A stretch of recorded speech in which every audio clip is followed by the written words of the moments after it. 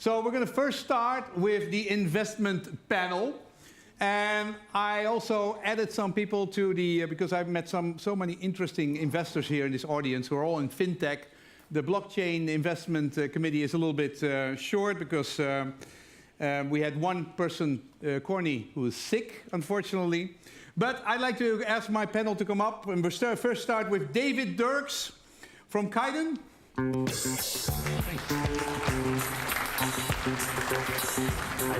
Thanks for being not sick. And I ask Ron Belt to join me. Thank you, Ron. Frank, come and join us. Safello and Connie Dorrestein. Give her a big hand because Connie did a great job. I mean, the only reason that Dave Birch is here is because of Connie. I mean, he said, sorry, I have to go to Madrid, I have to go to Ivoorkust. And she says, come on, that's absolutely no, you're going to be here. And he was here, so that's really, really nice. So, and Ron Belt, I also asked to join the joint investment panel because he's really into fintech. And he's really, very well connected in this arena, so I'm asking him. So we made a little bit of changes at the last minute, so that's wonderful. First, let's start with a little bit of introduction apart from me. Can you start, Dave, about what where you're from, what your fund invest in, and what you're doing? I'm a partner at Keadyn. Keadyn invests in fintech and in e-commerce. It's a seed capital startup. And next to that, I advise banks and international financial institutions with regard to any fintech kind of solutions. Okay, and what is your most exciting investment which you have currently? Well, one of the investments is in Daalder and Monnik, two startups which we invested from the last Keadyn fund. And what do they do? Daalder is a wallet, as you know, a payment solution, and Monnik provides a bank-independent debit card. And that's at least what they're building at the moment. So, we like that. Well, they have a lot of opportunities when this whole new richtlijn, the PDS2 comes. That's really wonderful. For sure. What's the size of your fund? It is not a fixed size. It's we invest our own capital with 4 partners, and we ask and invite co-investors to join us. Okay. Ron Belt from Capital Mind. I mean, this is a master salesman. He used to work for ABN AMRO. And he brought Nina Brink to the thing. So one of the most famous, stock exchange. But he told me stories what he had to do to basically make her successful. That was not easy, Ron. So you said after that I'm going to do it for myself and basically profit from it. Exactly. Yeah. Can you tell me a little bit about your fund? No, actually we don't have a fund. I'm from the dark side, which is corporate finance. So I try to help people out getting funding and try to people out selling companies. And to be realistic here, as I told some of you, I think over lunch, is that to put things a little bit in perspective, Vincent, is that I told this story, and I won't give any names, but I was at a big investor in the US telling the sort of deals that we were doing. And we sell quite a few technology companies, but the average deal size is around 30 to 40 million or so. So I did my whole presentation to this US huge fund. And at the end of my presentation, one of these guys said, so Ron, let me get this right. You sell all the failures, right? So who's selling all the winners down there in Europe? And I'll tell you the story because later on I can explain to you why it's so extremely difficult to get decent funding in this part of the world. Oh. And if you look back actually in all sorts of history, and I'm a little bit of the statistic type of person, is that, to be honest, and sorry Dave, it's very difficult to make money in seed stage funds. Aside from doing this, Vincent, I put your money where your mouth is, so I invested privately in quite a few funds. So I know how well they're doing as well. And if you should put money in the bank, nowadays it's pretty easy, right? Everybody beats 0%, you would say. In the startup field, that's not that easy, actually. So let's talk about that later, I guess, right? Okay, good. Well, Frank, 2 years ago you were our guest in the first Bitcoin conference at that time, and you live in Sweden, and it looks like you're getting younger all the time. It seems like it's very easy there to get regularly It's very hard there, that cold. kind of stuff. And looking here, I wonder what the hell I'm doing in Sweden. It's much more, it's much bigger here, the blockchain The interest. ecosystem. No, wait until you come into China, then it's really, you should Fair move enough. there. Yeah. But can you introduce us a little bit about your company and Sure. what's the state now? Yeah, so we are a, let's say, blockchain company, because we've always seen ourselves as blockchain agnostic, but we certainly started with Bitcoin, based out of Stockholm, Sweden, founded in 2013, registered with the financial inspection, doing everything by the book, not getting bank accounts. We were the first one to close a deal with a global bank around a Bitcoin concept, which was Barclays. We've been exchanging for customers, which we've seen as an onboarding mechanism to ultimately get to our big dream of creating a new type of bank on top of blockchain technology. We've tens of thousands of customers, and we've been processing millions and millions of dollars in and out of crypto. Okay. How's it going? How was last year? Yeah. I mean, we saw a doubling of transactions, a quadrupling of wallets. The stock did very well, or the Bitcoin exchange did very well. How is your company doing? So, I mean, the tough times were definitely 2014. So we raised our first investment in the end of 2013 at the high end, and then we needed to start to build the platform, which was 2014. And it's been just obviously flatlining ever since. And it's now end of 2015, we started to get the blockchain narrative, which allowed us to get the Barclays deal. And we see the beginning of 2016 for us, where it's really turning around, where all the Nordic banks, literally all the Nordic banks, reached out to us like, hey, what can we do with Bitcoin blockchain? Even Bitcoin, because Circle in the UK set the precedent for that. And now I see that the Netherlands seem to copy the innovative model that they have been able to accomplish there, which is great. Yeah. Okay. So you come out of the dark ages. So it's really the enthusiasm of Bitcoin is going up and down with the value of the non-currency. I mean, I think that's how you should call it, right? It's not a officially, all these banks say it's not a currency. Okay. So I'm happy you're so excited and coming out, and we're going to talk about your funding later. Corne, you basically have helped to put this conference together. You got a lot of the important speakers. You were sort of a little bit of a startup with Clear to Pay. I mean, how big is that? How long was it built, and where did you sell it to? Oh my goodness, Clear to Pay. I've been in fintech even before the word was invented, because people think it's new. It's not. It's always been around. But in 2001, we teamed up. Misha Akkermans and Jurgen Ingels asked me to help, and I said, well, a few years then, okay. And that was 2001. 2002, we launched. And it was then very disruptive to turn desperate often as well, and disparate payment technologies into one hub. And it was sold 2 years ago to FIS, and by that time we had sort of 150 million turnover and 1,200 staff, but we've been absorbed into a 55,000 fintech company in the US. So you can imagine that's quite an interesting journey.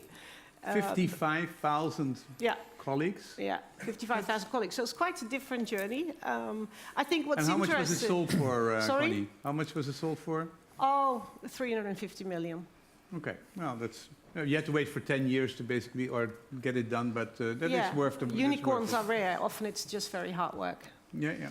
And who were your customers? Who had your customers? Well, we were always proud to say, and it's not a lie, but like 40 of the 50 largest banks in the world run on our technology. So there was an obvious attraction, let's say. But I think that the interesting part was very much that we started off with 4 people, and we were incredibly lucky that we had Misha Akkermans, who'd already sold the company. So he had his own capital, and he teamed up with other investors. But, year 3 and 4 were terribly difficult. And, I worked almost full time for the company, and we got like 20,000 euros in fees. So I think that very often people have way too sunny ideas about starting up. And starting up is one thing, scaling is a very different game. But we saw it through, and so it's a happy story. So now I'm still in fintech. If it's societal benefits and technology, particularly payments. I love payments. I have the same passion as Mark Buitenhek. I think PSD2 is finally making this world exciting. I've been in a boring space for 20 years. I'm not leaving when it gets sexy. Yeah, say for the people, who knows what PSD2 is? Quite a few. Yeah, who doesn't know it? Who doesn't know it? It's okay, because it's important Okay, explain for a second what it well, is, Corne. It's really great. It's a great thing coming from Europe. Well, I think it is, because, you know, exactly, it's always easy to be difficult about Europe, but we're trying to make this landscape more transparent, more accessible, and basically, with the no PSD2 regulations, first of all, I think the most important is the retail customers really get in control of their own data. They determine who gets access to their retail banking account, and they can give other people, trusted third parties, they can give those people access to their current accounts as well. So you can either go for better service, like my personal financial management tool may see this information, but you can also imagine that other people will build payment services, and very smart So banks will build smart app stores. Yeah, so the number one, PTS1, was that IBAN number, that horrible, terrible, scary, terrible stuff which came from Europe, that I don't know my own banking number anymore. But this is, if Facebook has a nice wallet, I can say, and it's a trusted third party, then it can say to ING, do you trust, ING can say, do you trust this guy to basically manage your account? I say yes, and all my ING information is then basically imported or not. Facebook has access to the information, can start payments. I can have one user interface for all my bank accounts and also manage all the payments. So that's going to be really exciting. I never have to go to internet banking from a specific bank anymore. I can have really nice user interfaces. So that's not blockchain, but it's really interesting. And I think what Nelly Kroes said, if you do 3 or 4 nice things as Europe, then you get some enthusiasm going. But okay, that on the side. What are the most exciting, let's talk about investment in fintech first. Dave, what do you think are the most interesting investment arenas to be in at this moment? Well, your question relates then to investments in fintech, and maybe what's interesting to discuss as well is that blockchain, of course, goes across multiple markets, not just in fintech. I think there's a lot of people are only looking at what it can do in terms of fintech, but I think that one of the big opportunities from blockchain is that it can actually disrupt a lot of other markets, like actually any market with supply and supply and demand. But of course, I think the front runners now, of course, that we all look at what Santander is doing with Ripple, and they recently launched and will, all those kinds of investments. And but I believe the really interesting question is what can blockchain do just outside fintech as well. Yeah, no, that's true, and that was going to be my second thing. Oh, okay, sorry for that. First, I'm going to say, hey, what are interesting things in fintech, and then because we're going to talk this afternoon about energy, about the medical world, about all kinds of other industries. But I mean, do you still pay some attention to fintech, or you say I'm beyond fintech? Sure, definitely. Oh, so what part is interesting to invest in, and do you see a role for the blockchain to play in that field? So how do you evaluate that? Definitely. I think that if you look at the global playing field, I think there's a lot of going on, of course, already in the payment and the lending sphere. I think in an insurance market, the peer-to-peer insurance market, like actually in the Dutch market, FPTO just launched something where you can have a peer-to-peer insurance platform. I think those are the, let's say, away from the more traditional stuff like payments, lending. I think all those fintech arenas around that, I think, is very interesting because that's quite underdeveloped. Well, there's a huge market in the Dutch market. If you look at insurance, for example. Yeah. Well, that's also, you're really into insurance, Corne? You just organized a conference with 500 people in Barcelona. Yeah. Is that market also heating up to work together with small companies? Is a highly overrated word when you talk about insurance. I mean, we'd be glad if we warm them up first. But the reason why we organized the event is that, first, of course, we went from payments to wallets, and then it was personal financial management tools. And so we went through all these cycles. And you hardly ever saw anything being done for insurance, whereas insurance is full of processes and lots of friction. And so I think there's an incredible amount of things possible in insurance, plus that the underlying art of insurance changes because of society. I mean, And people are not thinking about it yet. But for instance, if you now insure a car, they look at the car and they look at the driver. But if you get a self-driving Tesla, what is the risk you're underwriting? Is it the software from Tesla, or is it you sleeping behind the steering wheel? You know, these are very fundamental changes. And you look at the Internet of Things and what that can do. And then what makes it interesting for me, because I've decided that at my grand old age, I only do stuff that has societal impact, is how, you know, where's the whole solidarity thing? Do we want to go only pay as you go, pay as I behave? Or do you still want to have a level of solidarity in your model? So I think... But so do you see, you had 500 people in a very nice conference with a lot of brilliant speakers.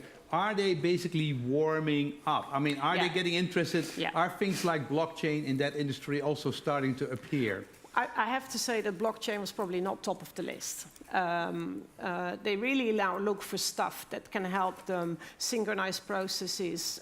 So for instance, cloud-based, beautifully fluid claims management processing, linking third parties into the processing chain. Internet of Things, they're very interested in. And the blockchain, but you know, it's a known thing. If something happens in banking, 5 years later, it happens in insurance. So I don't want to be derogative. There was a lot of attention. Okay, so we'll stop about insurance. Frank, how was, you say there's a lot of interest now of the banks to work with you. Does it also mean that when you have to raise your next round, you'll have a much easier time? How is it to fund a Bitcoin or a blockchain startup now? Now versus a couple of years ago, I guess, that in 2013 you had a lot of interest, and then it died out, especially if you had Bitcoin on your website, which we still do. And I think it's turning around now, especially with Circle in the UK getting under the Innovation Hub, getting their bank accounts. So that's changing. In terms of raising funds, I don't think the VCs have got it right, especially in the corner of the world where we're sitting in the Nordics. To name a few, if I can, you had 32 million investment by Corne and Accel Partners into KNC Miner that just announced bankruptcy. That was in Sweden. And then you had... So they built that huge data center, I think. How big was it? I saw you with a photo of that there. Yeah, it's enormous. It represented 4% of the total hashing power in the world. Now, to Sam's defense, they built the best hardware box in the world. They were at a chip level that was in line with what they had in Intel on the labs. The problem is that the mining power in China is operating below cost price, even below energy cost price, which makes you wonder what they're doing. But anyway. That's interesting. I mean, you know, the blockchain of China, 70% of it is basically the blockchain of Bitcoin, 70% is in China. And I wonder why. So I met this guy from Bitbank. I was on Bitcoin Wednesday, which is also actually a really wonderful, nerdy, great, intelligent place where people talk about. But I met a guy there from Bitbank, and I have an interview online, and I asked him, why is 70% there? He said, you know, the Chinese government was planning economic development. So they said, here's a big coal electricity, there's one, and every 5 days they build one. And in a lot of places there was no activity. So there was a huge, you know, electricity production, and nobody used it. So when you put there your Bitcoin blockchain, you get energy for free, and they're happy because they need to do something with the energy. So it's really, that is the reason, because of poor economic planning, that they're all there. And so they went bankrupt. They went bankrupt because of that. This company has 14% of all the miners there. But they are really, they also say they get a lot of investment. There's a lot of investment in Bitcoin. There's a huge amount of investment in China in blockchain. A lot of venture capitalists are putting huge amount of money in there. And but they don't know how to find you yet. At the moment. Well, I mean, we have the largest Bitcoin fund in the world, blockchain fund in the world, invested in us twice. Digital Currency Group, led by Barry Silbert, who founded Second Market. We have one of the leading people in the space, Eric Voorhees, who led our initial round. We have Roger Ver. So we have all the key people from the cryptocurrency space in there, but the VCs don't really get it. You know, the other investment in Sweden was Cryex, $10 million. After 2 years, they're struggling for money, and they didn't even launch their platform. And there I'm sitting like, okay, you guys don't really get it, right? So we went the crowdfunding round. That's where you see most of the innovation in the investment space in this space is in ICOs, initial coin offerings. The DAO is a great example with a lot of innovation in DAO, but unfortunately, this exploit is obviously going to be a pushback on that innovation. But that's really where you see the innovation in the cryptocurrency space itself and the blockchain space itself. And then you have some, large funds investing in what seems safe, like, digital asset holding. I understand that. It's a good counter-bet when you look at private blockchains, but it's not really where the innovation is taking place. Ron, what do you see from your perspective? Where can we see the developments into the blockchain and where does it go? Well, out of an investment perspective, what a lot of people underestimate is that the amount of capital available in Europe is very scattered. It's either very local, right? Or everybody's going after larger size tickets because it's easy. Nobody wants to take a bet. So what happens with these technologies, and I've been around when the internet came up as well, is that the easy way to make money right now is actually not investing in technology, but just invest in the infrastructure around it. So the consultants on blockchain, the consultants on fintech, they make money now. Yeah. Right? Because none of us knows what it is, right? So you just hire somebody who claims, or he knows a little bit more than you do.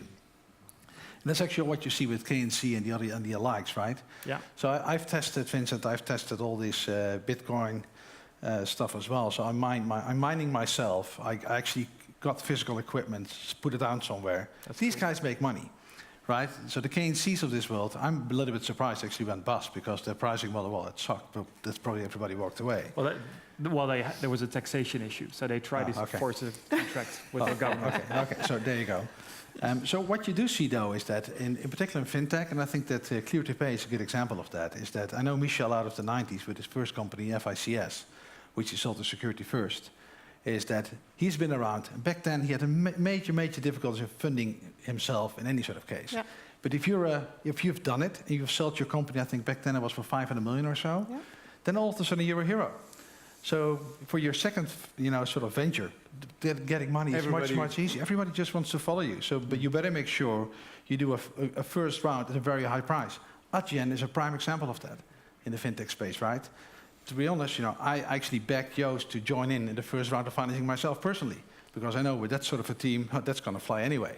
And that's a little bit how the investment community works. Yeah. We're all lemmings. Very little risk taking. And also, actually, what you say, how investment communities are local. If you have an investor in San Francisco, he will never, ever invest in LA. And LA will never invest, except if you come to the 100 million or the 50 million kind of.